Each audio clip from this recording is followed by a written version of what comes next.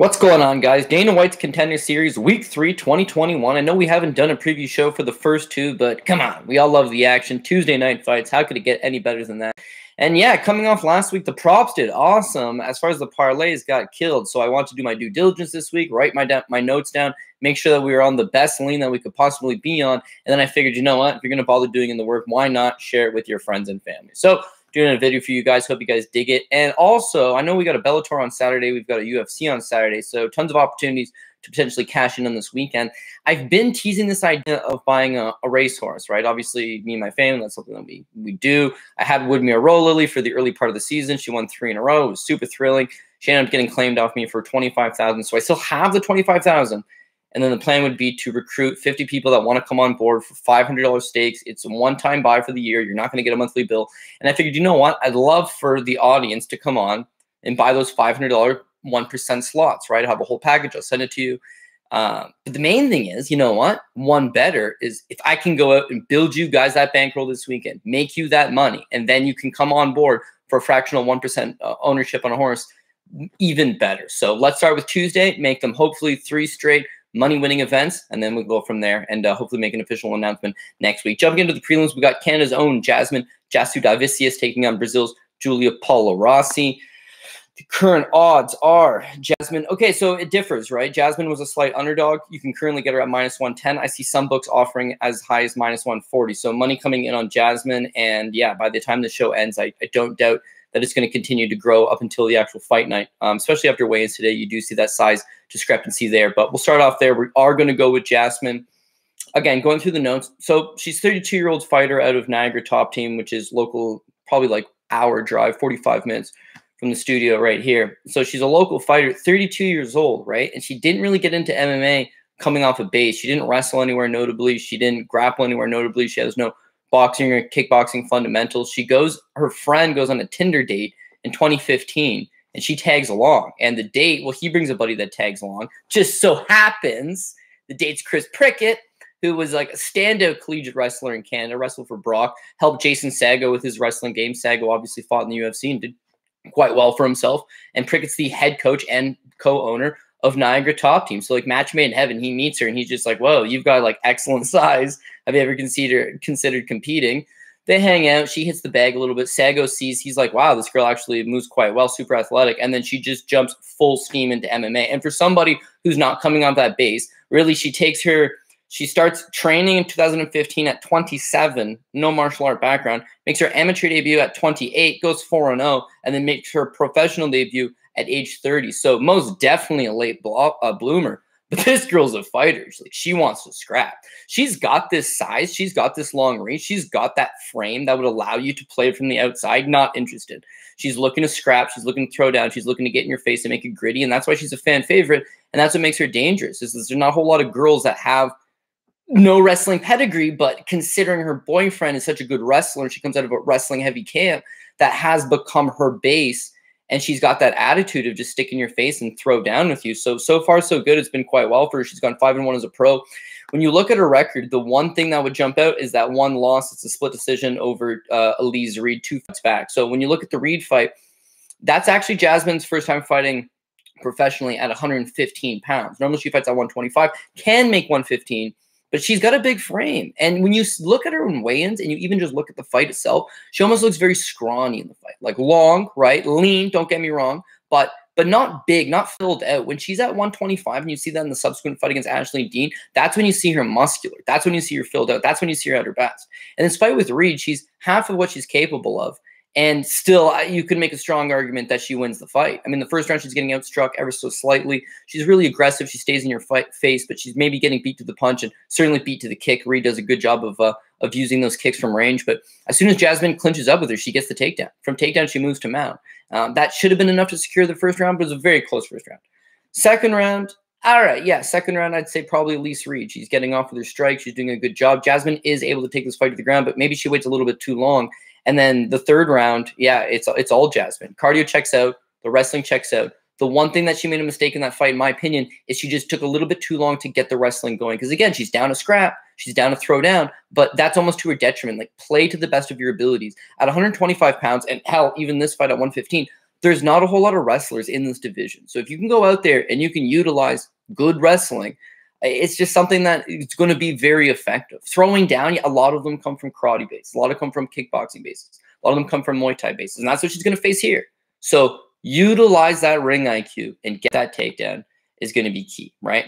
Her biggest pros is her long frame. She's got rangy striking, which she throws out the window to just brawl with you in the pocket. But at the same time, it is a pro for her. She's aggressive. She's got excellent knees in the clinch, right? You saw her get a TKO stoppage 3 fights back. Muay Thai clench, knees up the middle. It's obviously a weapon that works for a lot of these taller fighters, and Jasmine does use it extremely effectively. So those knees are live. She's also got that good wrestling. She's got good cardio. She can fight multiple rounds. She doesn't seem to be slowing down. Solid durability, never been finished. Been chin checked a few times and walked out on the other side of it pretty clean. And she's strong in that clinch. Again, she does an excellent job of using that leverage to her benefit. And if anybody knows wrestling, they know Chris Prickett, again, her coach and her boyfriend, is that he's long and lanky just like this. He's not one of your short little stocky power wrestlers that use blast doubles. It's they did a lot of shifting your weight against you, using momentum, using leverage, using these outside trips, these inside trips. And a lot of her takedowns is the same thing. She's not necessarily going to just outmuscle you with a double leg off against the cage. She prefers to go to the single, disrupt your balance, try to trip that foot out. It's almost like tall people takedowns. She'll just step over. You've got no more room. Tumbles on top. So it does an excellent job. The cons against her is she's stationary with her striking. She will stand right in front of you and she will not move her head. And so that makes her a hittable target. If she's just going to throw down with you, it's going to be entertaining, but she's going to take some damage. And in the Elise Reese fight, that's why I brought up the ring IQ, is that she spent far too much time standing in front of her and getting teed off on, not moving the head, but just having an exciting let's throw down type fight. You'd like to see her get away from that.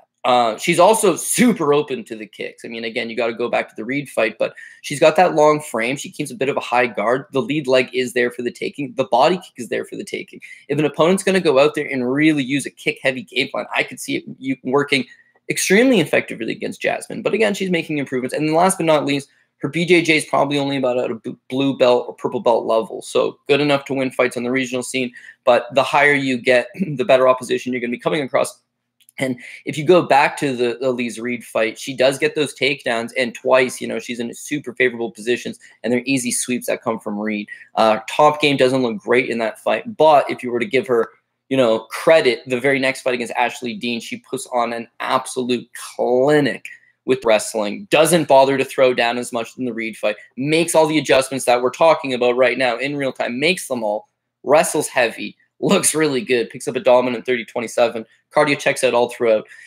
That was a good performance. That's her back at 125, and that's what we're going to need here. We're going to need her to get to that wrestling early and often. She can strike. She can score points like that for sure. And if she does end up tiring her opponent out a little bit, then by all means, maybe you can strike a little bit more. But the easiest path to victory and the best way to ensure a victory is going to be using that wrestling and getting in the clinch. So hopefully Jasmine is ready to do that. Flip side to Julia, she's young. She's 23 years old, right? 23-year-old Brazilian fighter coming in. She's got an 8-2 professional record. She turns pro in 2017, not all that long ago. She's 19 years old. She loses her pro debut. Understandable. She's 19 years old. Difficult position. She doesn't really have any amateur experience that we can see, but it does look like she comes from some type of kickboxing base. Now, I don't want to discredit her too much, but when you look for some of the tape on her, there's not a ton of MMA stuff. But there are these smoker demos and where she'll fight in a random gym, or even beyond that, she'll fight on the beach, right? You've seen some beach boxing matches, which again, and I'm saying don't want to discredit her, that's just real low shit, right? That's low level stuff. I mean, you don't really see that from top level professional athletes that they're wasting their time. And this is 2019, this fight takes place, so it's just not even all that long ago. She's only 23 years old currently, so this fight's taking place. She's 20 years old, she's 21 years old. That's all fine, right? That's all gaining experience. It's just to jump from that level of stuff into a Contender Series fight. And if she does good and she wins the contract, you're now into the UFC, right? It just seems like a bit of a stretch is all I'm saying. So she turns pro 2017 and 19, loses her debut. She actually goes 2-2 overall before hitting this current 6-fight winning streak. In those fights, though, she fights the first 4 pro fights at 105 pounds, moves to 115 pounds, and goes 6-0. That's the current 6-fight winning streak. This fight with Jasmine's at 125. So you've got a former atom weight, and she looks it. She's 5'4", moving up essentially 2 weight classes. But you know what? Let's just say she is a strawweight and she filled out. And by the way, she's not like scrawny by no means. She is in good shape for a 5'4". You know, she packs on some muscle, but she's not a 125er. She sees a great opportunity here to fight in front of Dana White, get paid $5,000 to show, and you know, potentially get your name on TV and earn a UFC contract. That's all well and good. We love that stuff, right? But there's no denying the fact that she is giving up some natural size by coming up to 125, and that's going to be a problem for her. Again, they got her listed as she's going to be giving at least 5 inches of reach up to Jasmine, as well as another 5-inch height advantage. I think it's all just problematic. Anyways, this is her first fight in 11 months. That not the biggest problem because she's 23. No doubt that she's making those improvements. As far as what I've written down for her pros, similar to Jasmine, she's aggressive. This is going to be a very fun fight because neither girl particularly likes to step backwards. Jasmine's always in your face, coming forward, pressing the action. And in many regards, that's exactly what Julia does as well. Julia gets in your face. She tries to push you backwards, and she tries to be the aggressor. I just feel like Jasmine's going to have an easier time. She just feels stronger to me. She's the bigger fighter, right? And the bigger fighter is generally going to be the one coming forward, or at the very least being able to stand their own ground and not have to take any steps backwards. So, you know, slight advantage to Jasmine there, but that is a pro for Julia anyways. Her cardio looked pretty solid. She can fight 2. She can fight 3 rounds. Her volume was pretty good throughout. She doesn't tend to fall off. Striking technique actually pretty good. I mean, you can tell that she does come from that kickboxing base. And because she's 5'4", I mean, she has that low center of gravity. It is easier for her to just duck in, come in with a couple overhands, and there's the pocket right there. As well, Jasmine doesn't really fight with her length, so it's probably going to be fought in close proximity. And when it's fought in close proximity, the short arms are actually more effective because it's like less distance to get, you know, to the target, right? Less time to generate that power inside. So it's going to be interesting. Interesting for sure. That's why hopefully Jasmine takes it out. And yeah, I mean, volume, well-rounded, some good cardio, and aggressive, right? Her cons were the takedown defense, unknown, because the MMA fights that you can find and watch on her, she's not grappling. And the opponents that are shooting takedowns on her, they aren't. First of all, we haven't seen them. And even if they were, the level of competition she's been fighting has been relatively low. You do see 2 fights back, if you want the exact name. There's no, it wasn't Del Bonnie. It was Jessica Kuna. So it was her last fight. Kuna does try to take her down. She's just not a grappler. She's not a wrestler. So in that regard, her takedown defense looked pretty okay. But it's a big unknown, and especially an unknown coming over in with a girl like Jasmine, who's got that perceived wrestling advantage. So that's a con for her. She's also very hittable standing. I know we talked about Jasmine not moving her head, but Polastri is the same thing. I mean, she's aggressive. She's in your face, but she's not totally defensively sound. She is there for the hitting. This is going to be a super fun fight. It's going to be a thrilling fight. They're both going to tee off on each other. But they'll both have their chances anyways. She's giving a ton of height and range. How could that not be considered a con? She's still very young. She's only 23 years old. She has no real notable MMA experience.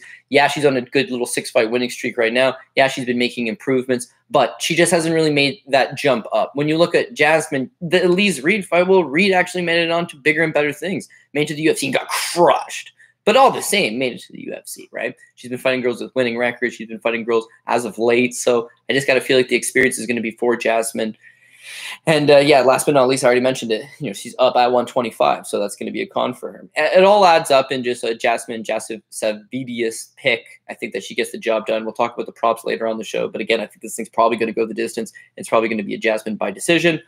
But a thrilling fight that's going to... If Jasmine fights high ring IQ, she neutralizes all of this striking. She neutralizes all of that by just taking the fight to the ground. And even if you want to strike in pieces, totally fine. Just make sure you do get a takedown or 2 in those rounds to ensure that you are the fighter that was doing the more work. So we are going to go with Jasmine at minus. Again, you know, by the time the show's done, who knows what it'll be at. But I had it listed down as minus 110.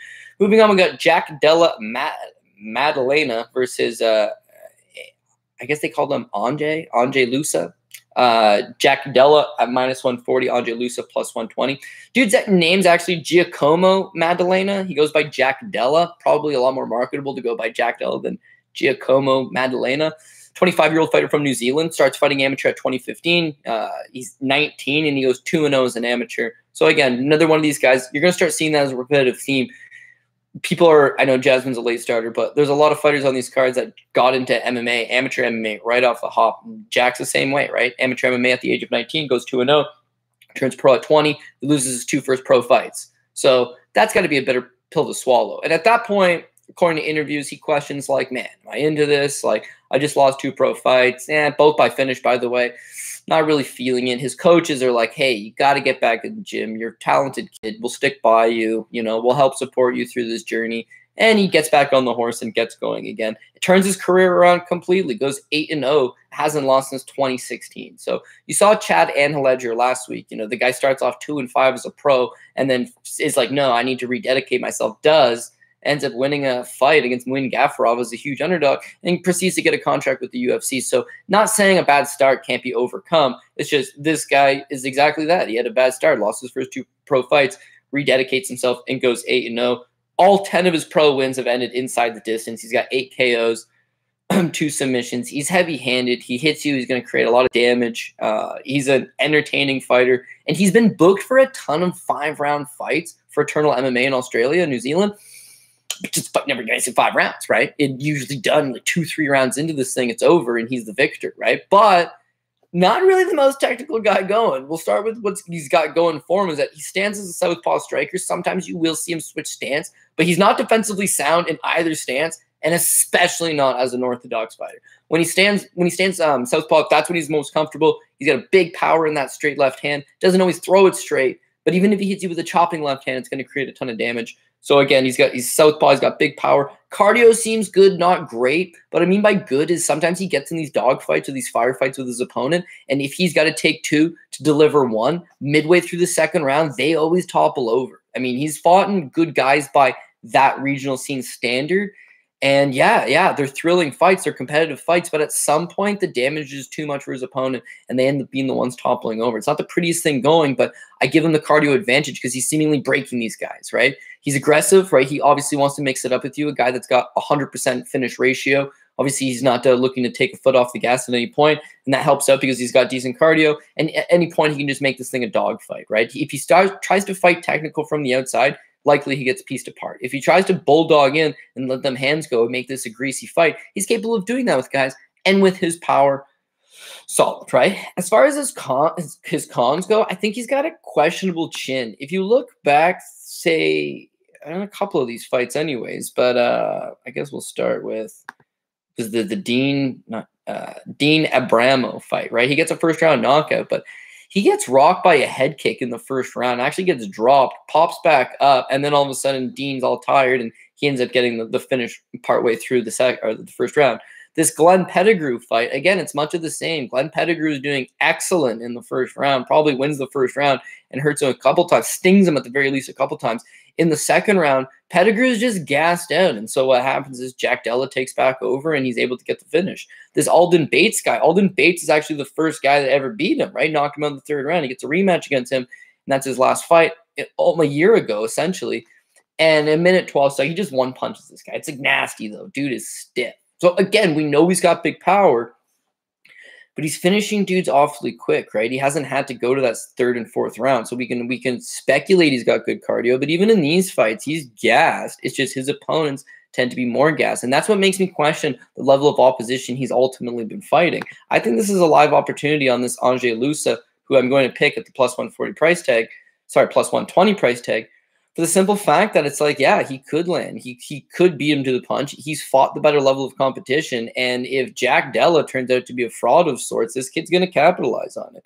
Loosa starts off in Switzerland by way of Congo, I believe, the Republic of Congo. But anyways, he starts off in Switzerland, and he looks decent. In 2013, he wins a couple fights, knockouts. 2014, he only fights once. 2015, he only fights once. 2016, he squeezes in a couple, takes all of 2017 off. So there's been a lot of inactivity out of him. But him at his best, he's knocking all these guys out in the first round. He does take a fight with Rustam Kasanov, who is 12-3, like Turkish prospect.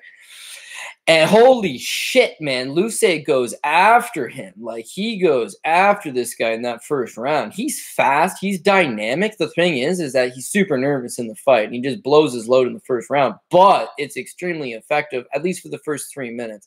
After the first 3 minutes, he's tired. He does still show some decent takedown defense. He's got a big old muscular back on him.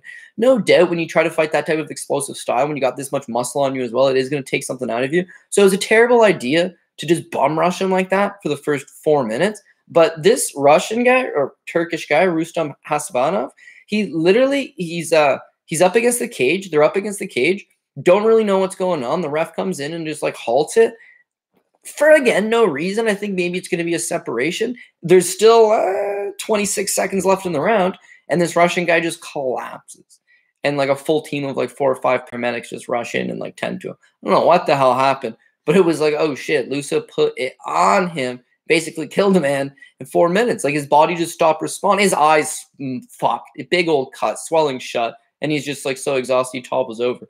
Right then, it was like, if this kid took a step back and put together some of that, could actually be pretty good. And so he leaves Switzerland, which is a necessity, really. You got to get in, you got to be training with the best guys possible. And he comes over to what is now Sanford MMA, which was then at the time Hard Knocks 365, but under Henry Hoof and company. And he got an LFA fight. This is a stateside debut against this Jonathan Thompson, where he drops a split decision. Now, Jonathan Thompson, if you're just going to Tapology, check it out. He's 8-4, but realistically, Thompson's a guy that wrestled out of Iowa Central, which is the same community college that John Jones went to and Colby Covington went to, Phil Hawes went to. So he's within good company. He also fights out of Glory MMA and Fitness, the camp headed in Kansas by James Krause. So he had a wrestling advantage. He had a lot more experience, and he had been fighting American level of opposition. So yeah, I don't doubt that this was a tough debut for Loosa. And though we can't currently find the footage of it, he drops a split decision, and by all accounts, it's largely based on just not quite a great grappler quite yet. So now he comes back to this Colin Luberts,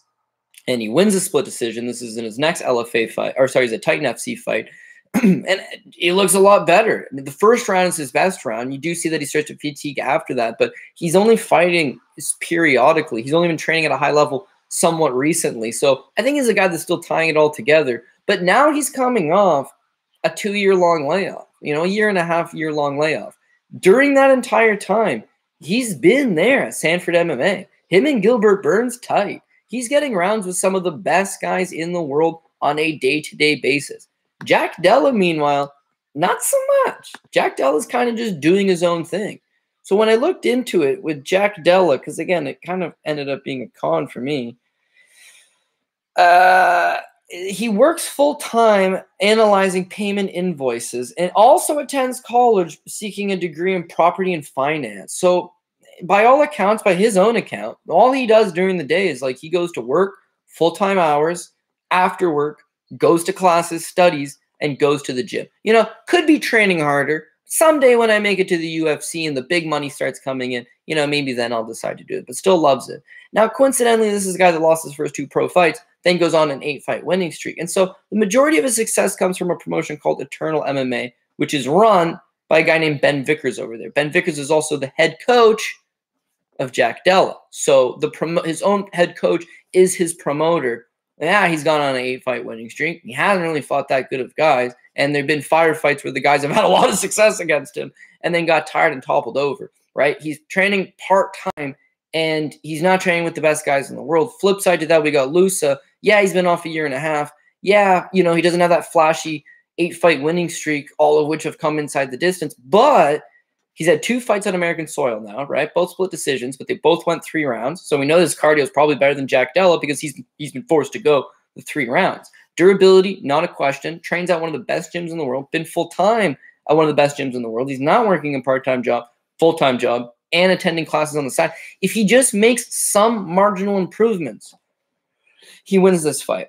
And if you look at his last fight in LFA, the dude he fights is fucking gigantic. This Colin Luberts dude, he finds out of MMA Masters, okay, one of the top gyms in Florida, if not the world. He's won 2 fights in a row since losing to Ange Loosa in Titan FC. And the dude was on record being like, I walk around at about $190, cut down to 170. He looked at $190 in the ring, man. He was huge. So I'm going to give Loosa a pass, right? Just because he hasn't been looking as good on paper. I think that the skills are there. He's got some power. And last but not least, I feel like Jack Della hasn't been chin checked, not properly. Yeah, we've seen him get grazed by a head kick and he went down. We've seen Pettigrew land a couple good shots that sting him. But nobody with some decent modicum of power has ever really touched this guy in the lips. And if they did, I got a suspicion that he might be toppling over. So with Loosa, he's training with some of the best guys in the world. He's going to be ready to go. And certainly in that first round, dude's super fast, super dynamic. I think he should be able to pull it off. So the only other things that I really wrote down for Loosa was his pros. Explosive Good right hand, big power in that right hand. Athletic, still only 27 years old, and his chin looked pretty decent. So chin's decent, 27, making improvements, great camp. Marginal improvements. I think he's going to be able to pull this one off. His cons were suspect cardio, suspect takedown defense, although Jack Della's not going to shoot a takedown. Volume, not great at times. Like sometimes he relies on that power a little bit too much. I think what happened there is that because you've seen him bum rush guys early portion of his career, I think they've tried to tell him, settle down, settle down, settle down, wait for the shot. So that's caused him to be a tad bit over tentative. He's still putting it all together, and eventually he will. He could be decent. And the inactivity he's had throughout most of his career. I mean, you know, you're only fighting once every year, once every like 16 months on average. Just not a great look. So I'm going to go with the underdog pick here in Ange Loosa to get the job done and think that he's capable of at least scoring that knockout. But again, we'll talk about props when we get to the end of the show. Lukasz Brzeski versus Dylan Potter. Current odds, Lukasz Brzeski minus 270, Dylan Potter plus 210. I totally see it. Lukasz Brzeski should be the favorite. But just because one guy's seemingly really bad, Dylan Potter, doesn't make me really so like over antsy and eager to go bet a guy that's also probably not great at minus 270. So with Brzeski's 29-year-old fighter fighting out of Poland, when you're 6'4", 79-inch reach, 240 pounds, fighting out of Poland, heavyweight, they love their heavyweights in Poland.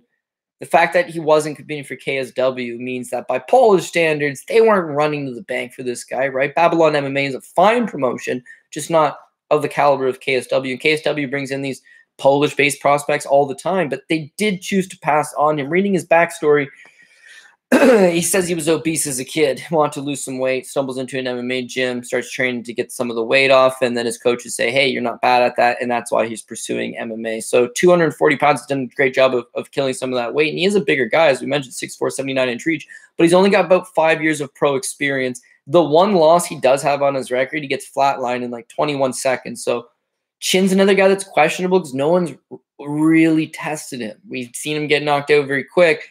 And outside of that, against his other opponents, no one's really brought him to that area. So, yeah, he might have a questionable chin. He might be questionable all around.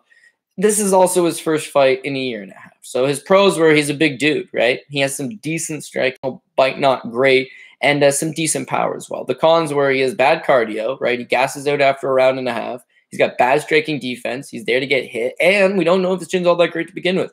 He's got bad takedown defense. The fact that Michael Keita was taking him down routinely is bad. And we brought up his chin already. So it's like, what's there really to like about this guy? And to be honest with you, I'm not entirely sure. So again, looking at his record, his first 3 fights are against just unheralded opponents. 2 of them we don't even know if they exist or not. One of them is 1-1.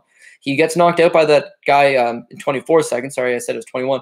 He's a 6-6 opponent. Gets chin check, goes down. He rebounds with wins over a 1-0 opponent. A 6-1 opponent, that looks good, but it's a ballooned up record.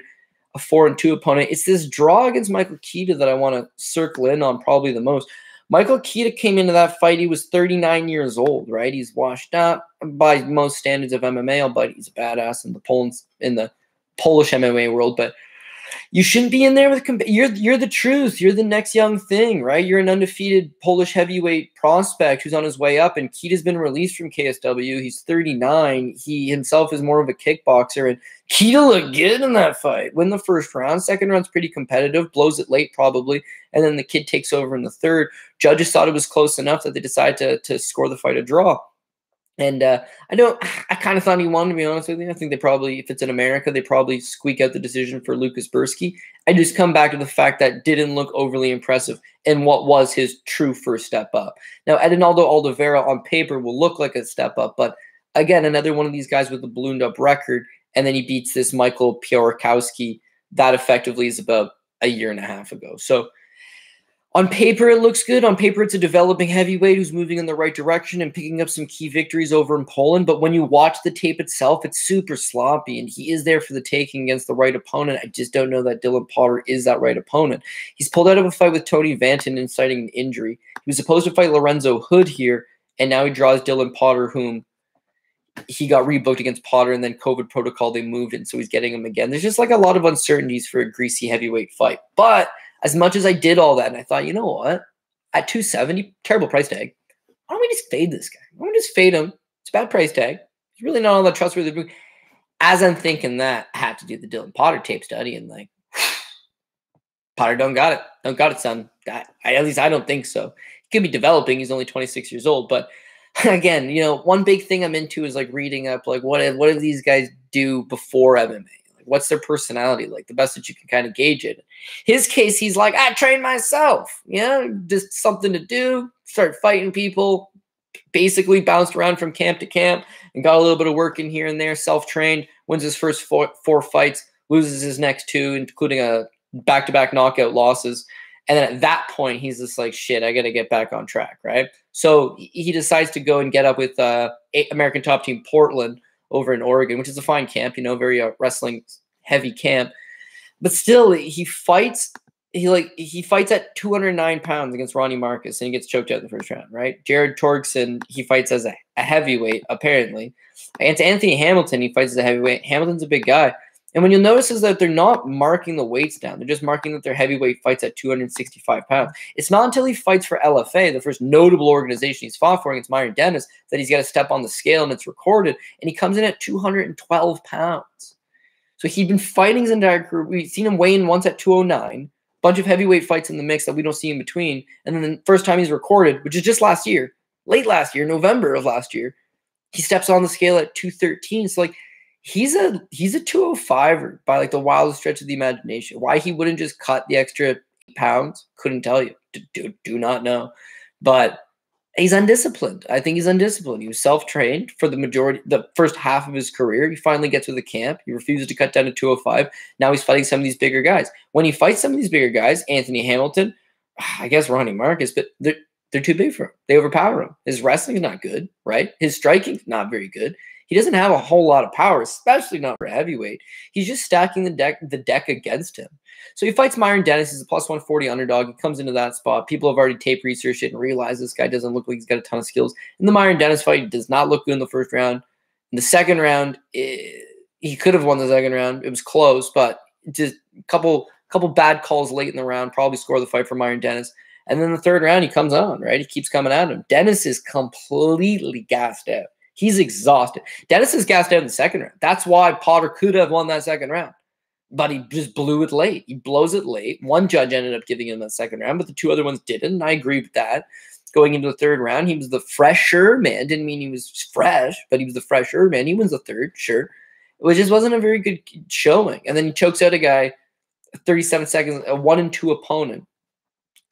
And that's it. Sure, that was 2 months ago, right? So it was good that he was getting in there. But there's not enough that you can see and nothing you can go off of. So he weighs in today for this Contender Series fight because the fight is tomorrow. And he's like 235 pounds, 236 pounds. So he's put on, since the Myron Dennis fight, which was less than a year ago, he's put on about 25 pounds. And it didn't look like he was muscular. It didn't look like he was fat either, right? He's just somehow put on 25 pounds. Again, he's only 26 years old, so his body's probably going through some changes, right? He probably isn't getting naturally bigger, but in a tight time frame like that, like I really don't know. What he's got going for him is all 10 of his pro wins are inside the distance. But again, of his 5 pro losses, he's been knocked out and submitted once. Those days kind of date back to when he was training himself, but he hasn't really fought anybody all that notable in that stretch. And the guys that he has fought that were notable, he generally ends up losing to. His pros are he's mobile as a heavyweight because he's not a heavyweight, so he's decently fast for the weight class. He's got okay cardio. I go back to the Myron Dennis fight where it probably not good cardio, but the fact that you're outlasting your opponent, they've got bad cardio. Yours is at the very least okay. He had the will to win. He did what he had to do. Unfortunately, lost the split decision, but he kept coming at him. And for a guy that's not a great striker, he does have good output. So he will continuously keep throwing up them sloppy strikes, and maybe that could overwhelm you, as it did Myron Dennis. Myron Dennis is a better technical striker, but just like the pace and the volume eventually wore on him. The cons against him is he's not a heavyweight. Maybe he is now. He's coming in at 235. He's trying to be a heavyweight, but his frame just suggested that he was probably more of a 205er. He's got no real power for this weight class. He's a non-athlete. It does not move well. He's got bad footwork. His reflexes didn't seem all that good. His striking technique was not very good. And he's got some bad takedown defense. So, again, when we talked about his Polish opponent not having great takedown defense, wrestling's probably not going to be a factor here. They should both stand there. They should both throw down. And I don't think it's going to be all that sloppy. If he was able to chin check Burkowski, he could put him down. I just don't think Potter's that guy. And as far as Potter's durability goes, again, he hasn't actually been knocked out since the Mike Persons fight. It's 5 years ago, and it's the last time he went to a fight self-trained. So his durability might not be all that bad, right? We'll get to that when we get to the props here. I think the way you attack this thing is the over 1.5. But at the same time, I'm going to go with the Polish favorite. I know he's minus 270 for a reason. I can't disagree. Like, as much as I'd love to fade him, and I think that he's there for the taking, I just don't know what pot is that guy. Miler-Duraev versus Caio Bittencourt. Duraev's currently a minus 350 favorite. Bittencourt is a plus 260. Miler-Duraev, obviously, they would love to get this guy into the UFC. Obviously, here as a well-managed individual. And yeah, the UFC actually already they didn't technically sign him. He had been rumored to have signed with the UFC back in 2020. He's a former ACA welterweight and middleweight champion. Dude's a badass, right? And so he was known as the Chechnyan Machete. So he gets in a little bit of deep hot water. I don't want to get too much into it. It's really not my place, but as the story goes, the UFC was going to sign him in 2020. He's got a nice-looking resume. He's on a solid winning streak. And again, he's an ACA champion. He's well-managed. He's well-liked. And the dude's got some legit money and some legit backing behind him. He's also a devout Muslim fighter. And so as the story goes, I'm just trying to summarize it. It's a teacher in France, right? And he shows a picture of Prophet Muhammad, and it garnered a bunch of attention. People were like, "Hey, you're not supposed to do that. It's part of their religion, you know." So he kind of rubs people the wrong way. And this kid from Chechnya is 19, ends up going over to France and decapitates him. Right? His name's Abdullah Anzarov. They caught him in a Paris suburb after he posted a picture of 47-year-old history teacher Samuel Paty's severed head on his now suspended Twitter account. Paty had received threats following his showing of a student's cartoon of the Prophet Muhammad as part of a class discussion on freedom of expression. And so Zelim Imadaev, who was in the UFC at the time, and Miler-Duraev, who was going to be signed to the UFC, they both expressed big support for the kid who decapitated the teacher, being like, fuck yeah. I don't know. Fuck yeah. Again, I'm not going to get into that part of it, but they show their support. And so Zelim Imadaev gets in hot water. This Duraev guy, they basically recanter the offer, at least at first. He's fighting on Contender Series now. But I think it was something like, hey, let's figure out what's going on before we proceed forward with this guy. And now he still actually does have the name, the Machete, but they don't call him the Chechnyan Machete anymore. He dropped that part of it. All the same, the dude's a badass fighter. We're here to talk about fights. We're here to talk about cashing bets on guys that have a probability of winning a fight, and Duraev's a tough guy. He's currently on, I believe, a 7-fight winning streak, largely in Russia, but he hasn't been fighting soft competition. That's the key here. When you want a guy coming into Contender Series or coming into the UFC who's making that debut, how do they transition? You want a guy that's fought world-class experience opponents so far. Of his losses, he shows a loss to Ramazan Ameev, currently in the UFC, and Anatoly Tokov, who's currently a standout for the Bellator promotion. So even in defeat, losing to solid guys. He shows a win over Sergey Kandoshko, who's currently in the UFC, Mikhail Tsaraev, who was a Bellator standout, this Ustar Magomed Gazumadov. He's actually a pretty decent Uzbekistanian prospect. Clifford Starks, UFC veteran, he choked out in the second. And Vyacheslav Vasilevsky was another Bellator veteran. He knocks him out in the first. Piotr Strauss is a KSW standout, who's also been traveling Russia and fighting some of the best guys in Russia, right? So he was decent enough opposition. That's all good. Those are all good guys. And Duraev's tough, man. He puts it on them. He's very well-rounded. I mean, I don't think he has a Sambo base per se, but you would think he does because he mixes in everything quite well. It's a little bit sloppy per se with the striking and the wrestling, but it's his ability to mix everything in. You don't really see these Sambo guys. It's like, oh, he's an elite level striker in the boxing sense or the kickboxing sense or the Muay Thai sense, right? But they make it work. Fedor Emelianenko, one of the best strikers in the world. Why? Well, it was just loopy overhand rights, and it was all timing. That's what it's all about with these guys. They got the timing. So he'll use his striking to batter opponents. He will usually throw 1 or 2 at a time, but if he sees the opening, he will open up with 3. Likes to finish off the combinations with that heavy right hand, but he'll mix in the wrestling. And when he mixes in the wrestling, that's when he has a lot of success. He's got super underrated grappling. Good submission game. Actually only shows 3 wins by knockout, but shows 8 wins by submission. So once he does get these fights to the ground, he's super comfortable. And even off his back, we've seen him beat. This is his 3rd pro fight. He beats Xavier Fupapakam, who's 21-16 at the time, but a UFC veteran. 3 fights into his career. It was a nasty little triangle choke he caught him in. So there's some stuff that you'd like out of them for sure. Here's the 2 things you do not like out of Duraev is that, 1, his 3 pro losses, he's been knocked out in the first round all 3 times. Hasn't been knocked out since 2014. That's 7 years. right? I'm not calling him chinny. 7 years is a long time to go undefeated, right? Unbeaten over that stretch. But just keep in mind he has been knocked out in all 3 of those pro losses. As well, because of this whole issue he's had that's kind of sidelined him, he hasn't fought in 3.5 years. So, he hasn't fought since like August of 2018. We are now September of 2021. That's a problem, right? Sorry, I said 3.5 years, 3 years. That's definitely going to be an issue just because he's 32 years old now. So the last time you saw him, he's 29. He's in the prime of his career. He actually starts off his career as a welterweight and only just moved up to middleweight his last handful. But now he takes a 3-year-long layoff. I don't know. It doesn't seem like he's the biggest frame for this weight class as well. It just gives you a whole lot of question marks. Now, I looked into, as the best I could, of his training, how he's been training, and trains at Syndicate MMA in Las Vegas. In fact, him and Francis Ngannou routinely get rounds in together. They're not bombing on each other. One guy's a middleweight, former welterweight, taking old Francis, but like he's close with the team. You know what I mean? He's like first string guy, getting in quality rounds. Been in Vegas for quite some time now, and there's no doubt about it that the UFC, who wanted to sign him in 2020, they've already liked his resume. He's a well-managed fighter. He's well-represented. He's got a lot of public backing beside him.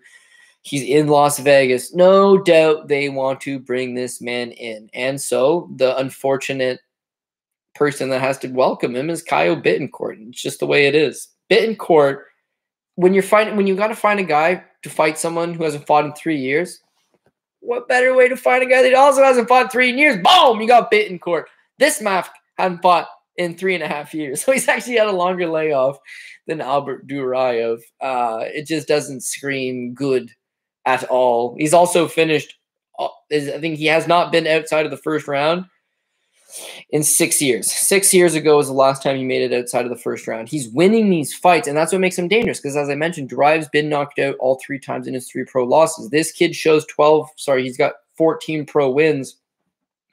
12 of them by way of knockout. So he's got big knockout. He likes to get it done early. That would be his path to victory. He might be able to catch Duraev early. If he doesn't catch Duraev early, there's nothing to show us that he can fight beyond that first round to the second into the third round, just because he hasn't had to do it in quite some time. I think eventually he is going to falter. Another thing he's got going for him is not only is he a fast starter and he has that big KO power, 12 knockouts of 14, and has that ability to have that puncher's chance, is that he's naturally going to be the larger man. I mean, he has fought, his last fight was at 205 pounds. It was fucking 3.5 years ago, but at 3.5 years ago, he's fighting at 205. He was still young at that point. He's getting bigger. Then Albert Duraev used to fight at 170 pounds, is going to be the smaller man in there. He is potentially going to be a little bit, or let's say he's not the most durable guy going. He's taking on a bigger man who's got 12 of 14 wins by knockout, hasn't been outside of the first round in 6 years. That's all just problematic is all I'm suggesting.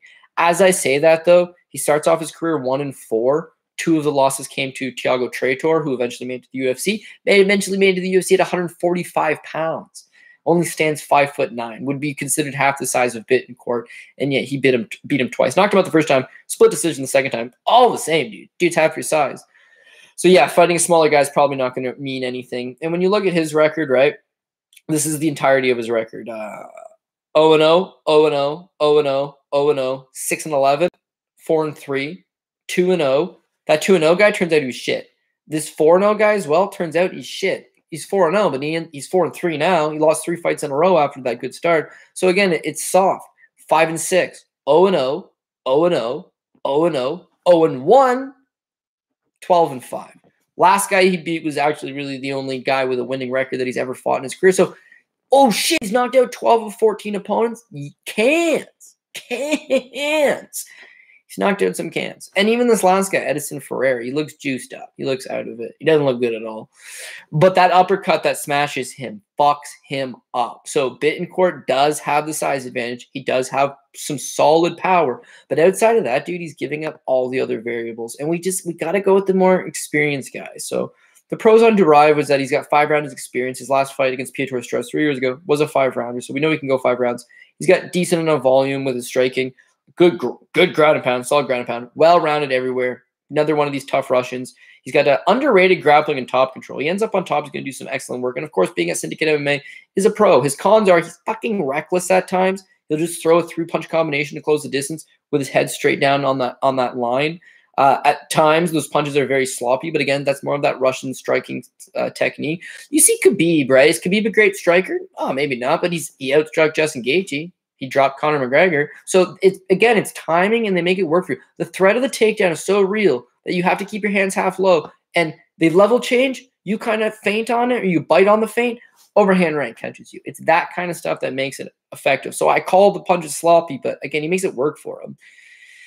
For a guy that has fought 5 rounds, he does have potentially suspect cardio, only because he would slow down in those later rounds, A, and B, he hasn't fought in 3 years. So yeah, why would he be in the best shape he's ever been in currently right now? I don't know. He also doesn't have a ton of power. As I mentioned, only 3 knockout victories. Wrestling offense looks just okay, but it's in conjunction with the striking that he makes it work for him, that he will get the takedowns. But I wouldn't say he's a Khabib Nurmagomedov. I wouldn't say he's one of these Rustam Chimaevs. I'm not saying he's one of these guys that's going to continuously take you down at will. It's that he grinds on you, breaks your will, and then gets those takedowns, which will be key here. Knocked out in all 3 pro losses. That's a con for him, and looks to have a small frame for 185 pounds. So is what it is. Caio Bittencourt, the pros on him is that he's super explosive. He's got good power with those 12 of 14 KO wins. He's got quick kicks up the middle. He'll throw almost like a front kick, not to the face, but to the body, almost like a quick little toe stab of sorts, which could be utilized here. And he's going to have a solid size advantage, being a guy that's previously fought as high as 205 pounds. His cons are that 13 of the 14 losses are wins or to absolute abysmal level of opposition. He hasn't been outside of the first round since 2015. His takedown defense, unknown. And that's a problem, because even marginal takedown offense or marginal wrestling for Duraev could very much be enough here. We just haven't seen Bittencourt have to fight off his back consistently. His cardio as well, because he hasn't been outside of that first round in so long. He hasn't fought in 3.5 years. That's obviously a con. And the timing of this opportunity is extremely suspect. Duraev was going to be in the UFC. Duraev, look at his Tapology picture. He's sitting in front of a $100,000 sports car. Where does a guy that's not fought at an elite level? What I mean by that is, what are the real paydays in MMA? UFC, right? One championship doesn't really pay all that well, unless you're Demetrius Johnson or Eddie Alvarez or something. Bellator pays good. PFL, you can win $1 million. Russia pays, it's strange, right? You're getting brought in, you get paid pretty decent, but not life-changing money. But if you're from Russia and you've got a good record, they'll not use you for political purposes, but you get good friends, right? They support it more. Here, a millionaire guy doesn't give a shit about a young up-and-coming fighter. Over there, sport is so appreciated. It's such a rich part of the history that these guys, tons of money, who cares where they got it from? They like these young prospects. They like these young athletes, and they support him. So he's got, all I'm saying is he should already be in the UFC. He's got the backing behind him. They need him to get his feet wet and to prove he's still got it. And that's what he's doing here. And so Bittencourt, meanwhile, he has none of that. He hadn't fought anywhere notable. He wasn't an ACA champion. He has no notable victories on his record. He's not training at a notable gym. They just plucked him out of obscurity to fight Duraev. So there's a very clear narrative here that they would like Duraev to win. And barring a puncher's chance in the first 3 minutes of this fight, he should get that win. Moving on, we've got Mo Miller versus Brandon Lewis. Part of the reason why you got to get this shit out early is Mo Miller. Tons of money's coming in on him. Yeah, he's your lock of the week. He's probably on all the cards this week. So he opened up. He was like 3-1, maybe not even. Moves up to 4-1. I see some books probably trying to move him as close to 5-1. By the time this thing goes off come fight time, he'll be a 6-1 favorite. So feel free to jump on him as quick as you can. I'm going to use him as top parlay material. And again, we'll talk about some props later on. But when we talk about prospects, this guy's it. This guy's a prospect. This guy's got everything you're looking for in a prospect. And the problem with the Contender series is sometimes they started off 1-4 in their pro career, and sometimes they haven't fought in 3.5 years, and sometimes they've fought in marginal level of competition. You don't know where they're at, and they just there's these different things where it's like, oh, is this guy a prospect or is he a fraud, right? Mo Miller's still young in his career, but he's got all the makings of one of these guys that maybe even if he wins this fight and doesn't get the contract for whatever reason, they bring him right back and he does it again. Then he gets the contract. Then you build him up. He could be good. Looking at his skill set, he looks like he's got the highest upside of anybody. So he is 29 years old. He's not what you would consider a young prospect. But I think because he's a little bit older, he's a lot more mature and he's put all the skills together a lot better. When we see on Contender Series, these guys come in, they're 21. They're Chase Hooper. They're the Sage Northcutts of the world. They come in, they're a little bit inexperienced and they get kind of sought out, right? They get kind of exposed. with Miller, it's like coming in as a 29-year-old, I think he's been able to just mature both inside and outside of the cage, and it's been super important for him. So he wrestled D2. He's a D2 All-American out of Notre Dame College in Ohio, so not the Fighting Irish, but the Notre Dame College in Ohio. Again, it's a D2 program, and he's pretty solid. I think he finished 4th in the NCAA D2 program. He also won a bunch of nice little tournaments. And as far as being a high school wrestler goes, never a state champion in Ohio, which is a great state for wrestling, one of the best. Very tough to win a state title. But again, he had like a high school record of 139-46, and actually had like the pin record for his high school. So good athletic kid, wrestles D2, wrestles 4 years D2, progressively gets better every year of high school, of college, graduates. Good stuff for him. Tries to wrestle a little bit internationally, which is badass because you're 24 years old and he still wants to wrestle, right? Most people are like, got to pursue a job now. Wrestling's not really there for me, especially for a guy that's wrestling in a D2 program. And, All-American, that's pretty solid. I bet you he's a fine wrestler, but you're going to wrestle some of the best guys in the world now. So the transition doesn't go well for him. The fact that he attempted to make that transition, try to pursue wrestling, showed that he is actually a decent guy. Some recruiters would have still been after him. And he wrestled his entire career at 141 pounds, right? So now he switches to MMA because he's like, you know what? If I'm not going to wrestle internationally, I like the sport of MMA. I still want to compete. I'm going to go over and do that. So he drops down to 135, and he's been dope ever since. Makes his amateur debut at age 24, fresh out of college, and he went 6-0 as an amateur, unbeaten, looked really good the whole way through. Turns pro in 2019 at age 26. And he's gone 5-0, looked really good his entire time through. He last fought 9 months ago for LFA, and good God, it's an absolute wrestling clinic. He dumps this guy multiple times, over and over, on repeat, whenever he wants, and eventually knocks him out with a slam, this Regivaldo Carvalho. He was actually a -250 favorite going into that fight, and he looked -500 favorite. He looked extremely good. He's living up to the hype. He's fighting a better level of competition. You start off just like anybody else. You fought 0-1, 1-2, 4-4. His last two opponents have been 4-0 and 5-2, respectively, both for the LFA promotion. Both times he's looking pretty solid. This Mando Gutierrez fight, Mando comes at him, man. Fun fight, and he just controls him. I mean, he has a ton of solid spots. He chokes him out, rear naked choke in the second, and then fully utilizes his wrestling his next time out against Carvalho. You really do see that he's just got all the skills, and he's adding it all together. He's, I wouldn't say a training partner of Stipe Miocic, but obviously he's out of the same camp as Stipe, and he does credit him as one of those inspirational figures. I don't know how deep the gym is for guys of his size, his weight class, and of his skills. So at some point, it's possible that he does need to go to an American top team or an American kickboxing academy, or bigger and better things. But for the time being, they've done an excellent job getting this kid ready. And I think very much so he looks the part. Rifling through his pros and cons really quick, he's got a lot of pros. He's very athletic. He moves extremely good, has good footwork. He's got good wrestling. He's got good grappling and top control when he's on top. I mean, doesn't put himself in bad spots. He's very comfortable and he spent a lot of time on the mat. High ring IQ, knows when to go to the wrestling, knows how to set up the techniques. Got a nasty little blast double on him. But one of these athletic guys that could chain wrestle 2-3 attempts together and eventually put you down. He also loves the belly-to-back suplex and just, that Greco-Roman style almost. He can just keep grinding on you, and that leads to his good cardio. He can just keep grinding on you. He pushes a relentless pace, and he's got big power in his right hand. So tons of stuff that you can like about him. Cons, if we got a nitpick, he does tend to keep his hands a little bit low. So maybe eventually a big puncher will be able to clip him, or somebody could make something happen with a puncher's chance.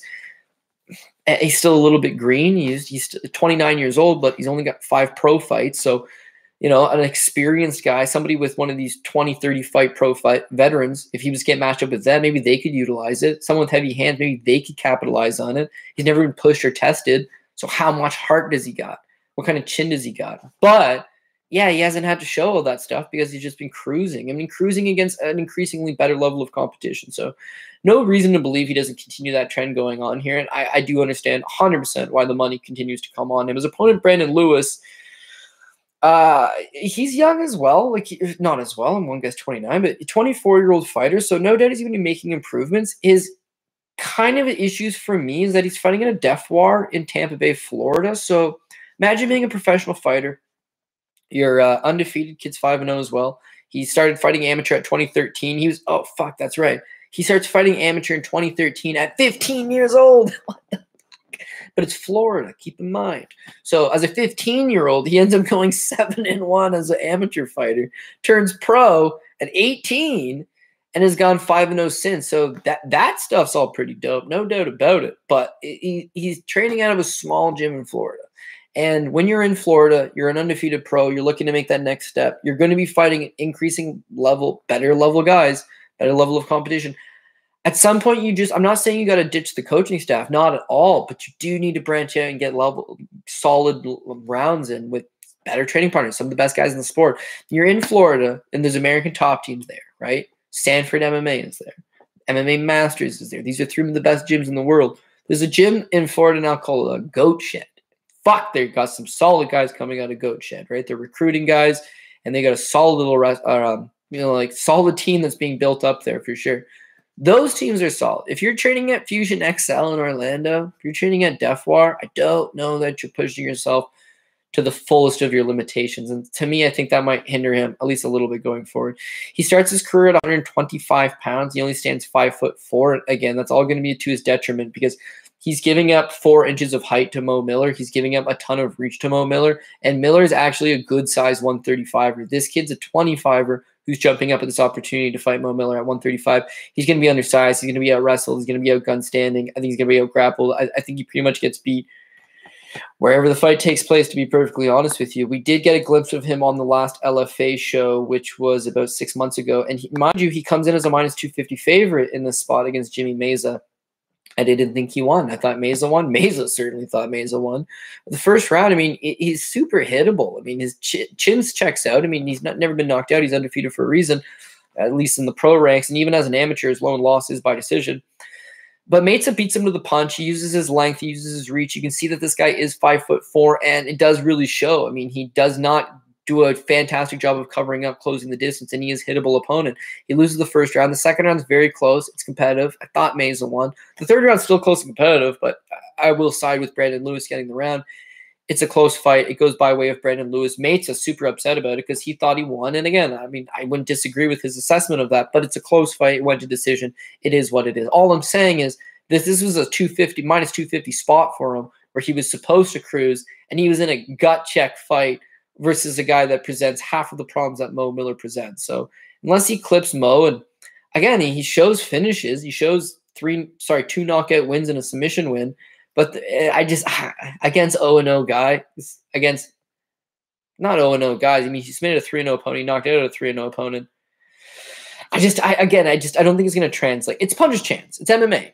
Certainly if you're watching this show and you're interested in, betting on Contender Series fights, you're an MMA fan, so you should know anybody's got a chance of finishing this fight. But one guy is touted as a legitimate prospect who's at 29, just a lot more matured further along. And then we got a 24-year-old flyweight who's fought in soft competition, hasn't looked particularly great. I just couldn't get behind that now, could I? So I'm not going to get behind that. And last but not least, 2 cons that I wrote down for Lewis is that his cardio doesn't really look all that good. Another thing in that Meza fight is that they both slowed down considerably. And I just think that in a fight with Mo Miller, a much better athlete who's going to be able to continuously pour pressure on you, it's going to be a problem. And on top of that, he doesn't deal well with being on the inside. When he's close range, he's the shorter guy. He can let his hands fly a little bit. He can work on some low distance kicks. But against longer, rangier opponents, he does struggle. Miller's going to be exactly that. Way faster, 5-inch reach advantage, 4-inch height advantage. It should all play towards Mo Miller. So I'm going to say that he should be able to use those physical gifts mightily, and he's a biggest favorite on the card for a reason, but we're going to use him as a top parlay material. And then we've got the main event, which is Nasrudinov taking on Jailton Almeida. Nasrudinov is a minus 225 favorite. Jailton Almeida plus 185. Yeah, we love betting Russians. We love betting these unbeaten Russians too. They're scary. They're, they've been matched up soft. Not really, right? Soft early, but then they fight top-level Russian guys to see who's going to break through and make it over to North America. Nasrudinov's done that. He's the former ACA champion. He's done a pretty good job of winning the belt, also defending it a couple times, and he's fought in a decent level of competition. I say that because I guess his last 4 fights, an undefeated 5-0 prospect. Georgia Gonzalez was 15-3. Gonzalez also signed with the UFC, but had a positive USADA test, I believe, was nixed the contract. But UFC thought enough of him to sign him. Corey Hendricks fights for PFL currently. He also did fight once in the UFC. who's on The Ultimate Fighter, and then this Evgeny Evgemdurniov from Kazakhstan. Ooh, he's a tough dude, man. He's 36, a little bit older, you know, not on the greatest run, but like he's a tough dude. He's a tough dude with some legitimate skills.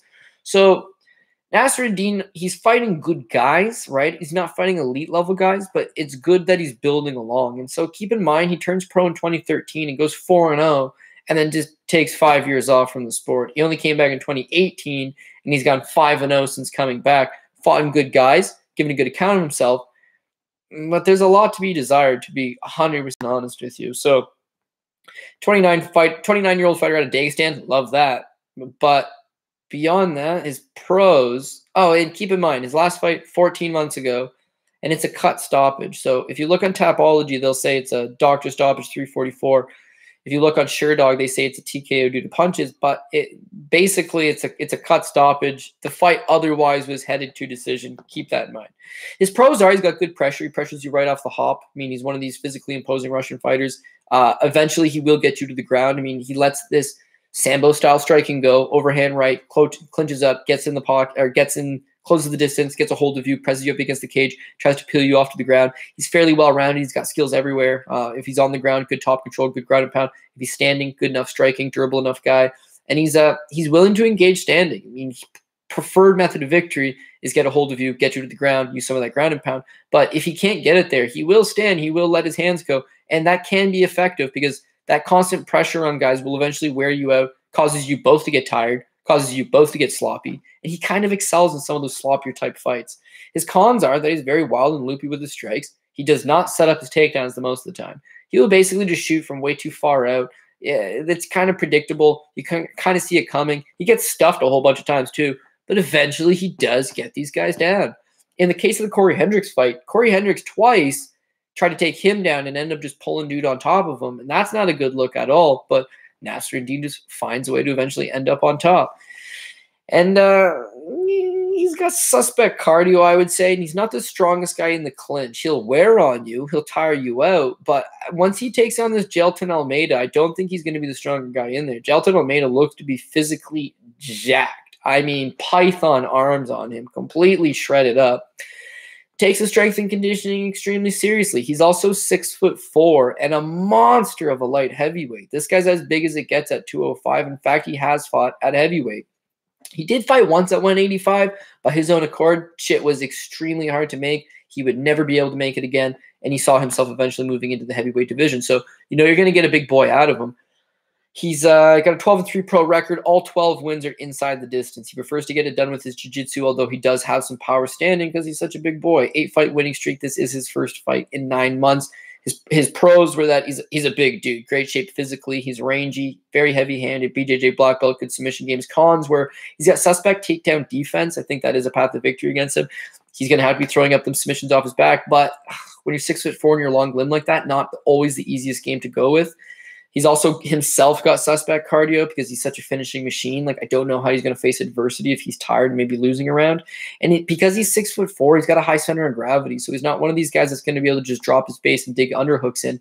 I think Nasrudinov could have success in getting this fight to the ground. The problem is could have success with the takedowns is not good enough when you're minus 225 underdog. So I see people looking to take that underdog shot on Jailton. Yeah, man, I agree. I think that he's a live underdog with what he brings to the table. Unfortunately, I'm going to have to coward my way out of here and end up taking with Nasrudinov on the basis of the wrestling. I think eventually, and that's the biggest theme from the tape studies that I've done on, from the fights that you watch on, is that eventually the fights do hit the ground. I mean, by any means necessary, he will eventually get the fight down. He's going to need that here. With Jailton, meanwhile, starting out, I mean, not his first pro loss, he's knocked down in 16 seconds. You don't like to see that. It is what it is. His next pro loss to this Bruno Assis. Bruno Assis is pretty decent, you know, very good jiu-jitsu. Fought a couple decent level guys. Has fought in a couple okay promotions. Never really got over that level, but a good level opponent. And he got largely out-grappled in that fight. That's what I think would be his kryptonite. And that fight was only 3 years ago. So still a really live game plan that someone could use to their benefit. The wins, 0-3, 3-0, though untested, 0-0, 0-0. 19-4, but he was washed out. 5-2. Ildemar Alcantara, he fought in the UFC. He was always in terrible shape. 26-14 at the time, although he submitted him, and that's impressive. Edvaldo de Oliveira. He's actually a UFC veteran as well. Fought back in the day like 170, I think. Completely washed up. And you know what? He submits him in the first round. Now you'll see on his Tapology record that since his last MMA fight 7 months ago, he's been competing in grappling tournaments, right? He shows 4-0 record here. However, that's just one tournament, right? All 4 of those matches are from the same date. So he fought in it's a grappling tournament. It's a jiu-jitsu tournament. You fought 4 guys in the same day. That's fine.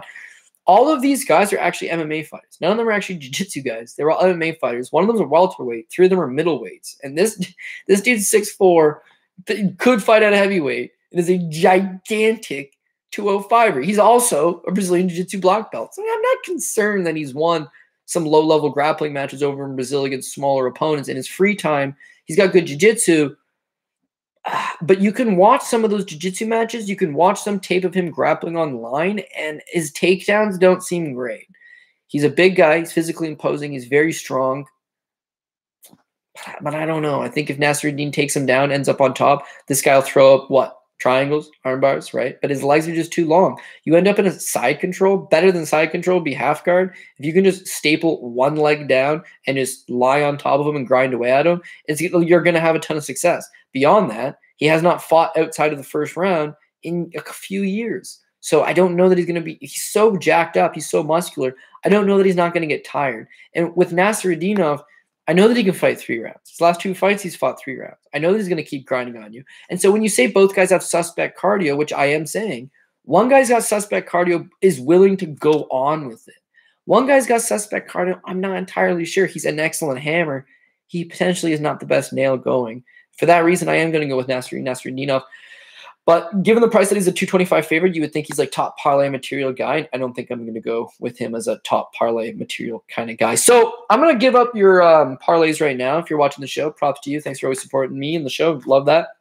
And I don't want you missing too much more value. So I'm just going to give you what I would go with is for the straight up parlays. I would go with Mo Miller and Duraev at the top. Both of them parlayed together, we give you a -165. This is if you're looking to go with parlays. You know you got Mo Miller. He's the biggest favorite on the card. Rightfully so. Looks good. Should cruise in the spot. You can currently get him at -335 to -400, maybe even as high as -500 by the time you watch this episode. You're going to likely need to parlay this guy up if you're going to bet him on that money line. And so for that reason, we got to get him with the second most confident play on the card. And Duraev, I don't want to say I'm so confident because I keep going back, punch his chance. He's got 3 losses, all knockout, all in the first round. He's taking on a heavy hitter with 12 of 14 wins by knockout. That's fair. But that's the danger of gambling. And that's the dangers of MMA. We get that. The UFC's bringing in Duraev, who's already got money, who's already got some degree of notoriety back home, who's already got a ton of fanfare back home. They're bringing him. They want this guy on the roster. They know what they're doing. And even he's one of these guys that wins a greasy fight, right? And it wasn't all that entertaining. And if he was American, Dana wouldn't give him the contract. He still get the contract. And I have to run with the narrative. And on top of that, he's got the skill advantage in every one aspect other than it's MMA. He could get clipped. I have to go with Duraev. For that reason, Miler-Duraev parlayed together is -165. So let's get this into the plus money. We're going to add Jasmine, Jasudavicius.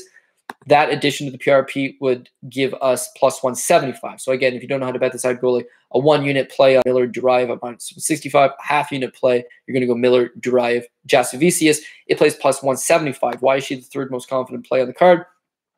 Well, you see there's money moving in on her for a good reason. She looked good at the weigh-ins today. Her at 125, I think, is going to be an advantage. She's taking on an opponent that's coming up from 115. She's going to have a 4 or 5-inch height advantage. She's going to have a long reach advantage. And beyond that, use your wrestling, girls. You got this. You can grind on her. She's got 3-round cardio all day, so I know she's going to push a pace.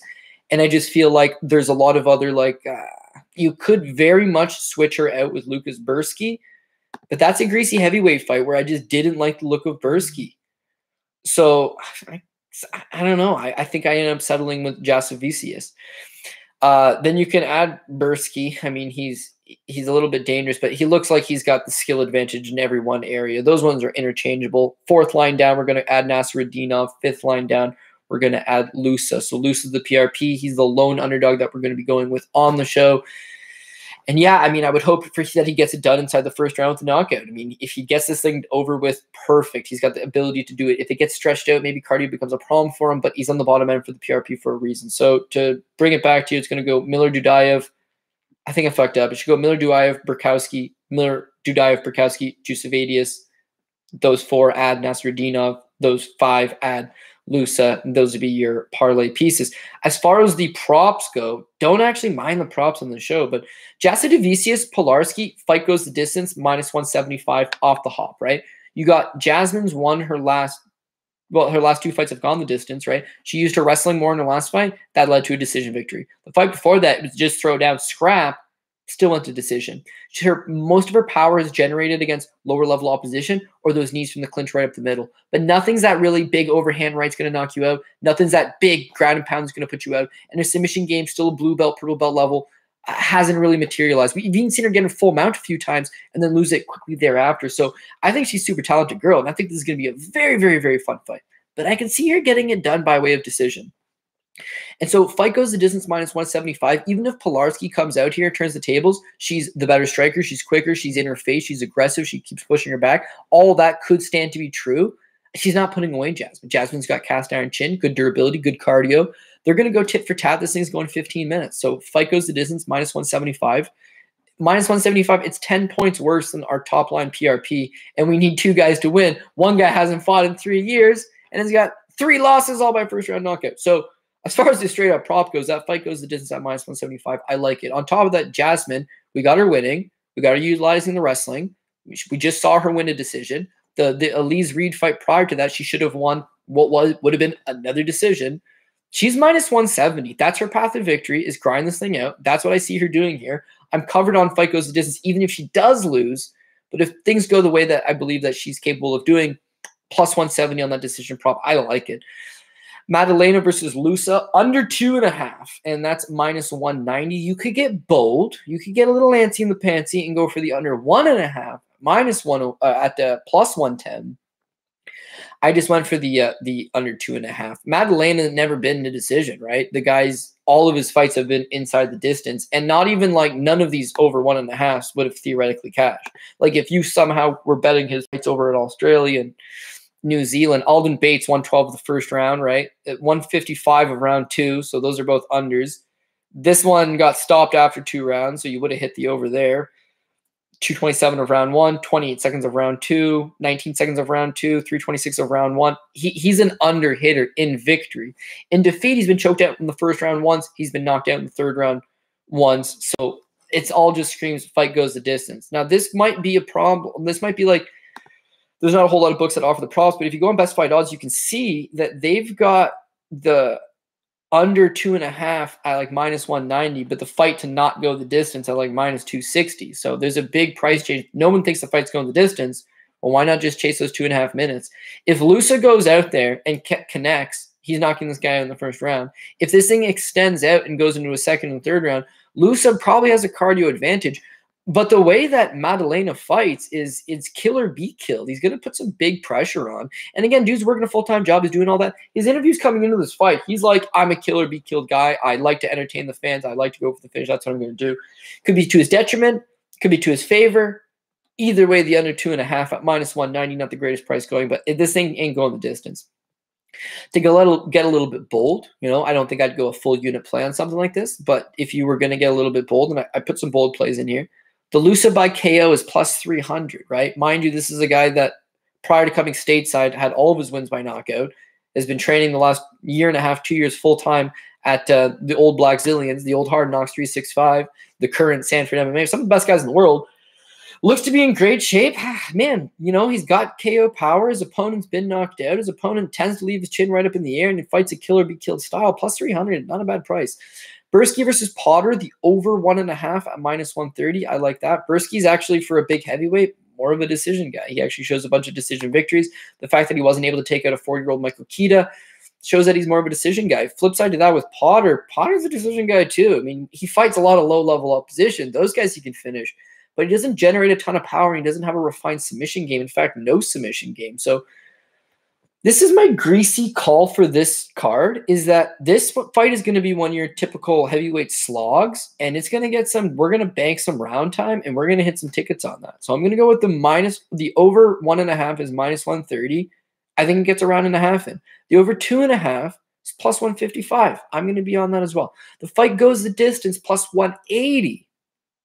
I'm going to take me some of that as well. And then the Brzeski by decision is plus 290.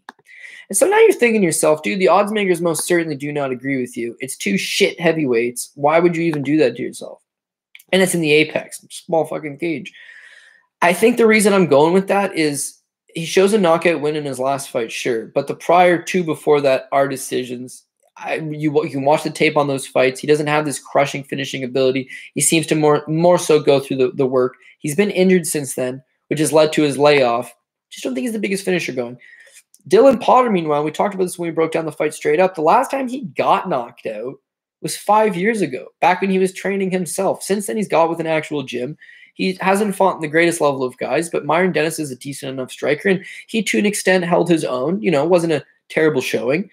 He's put on 20 pounds. He's gotten bigger, and he's got okay cardio. So if Brzeski, who's got shit cardio, by the way, gasses out in that first round, doesn't get a finish in the first round, and gasses out, and this fight becomes greasy, I can see it becoming greasy.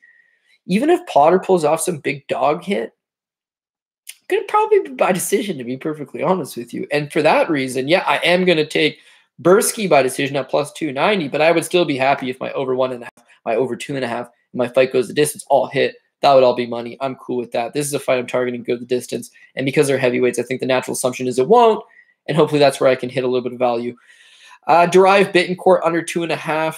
The only thing that worries me there is that the layoffs, but Duraev's a finisher. He's finished a ton of opponents. Bittencourt's a finisher. He's finished a bunch of opponents. They've both been on these long layoffs. They're both going to match up. Bittencourt's going to try to end this thing early. Duraev's been knocked out before. Duraev, meanwhile, puts pressure on guys. This screams under 2.5, and that's at minus 185. I think that's the look you go for there. Miller versus Lewis.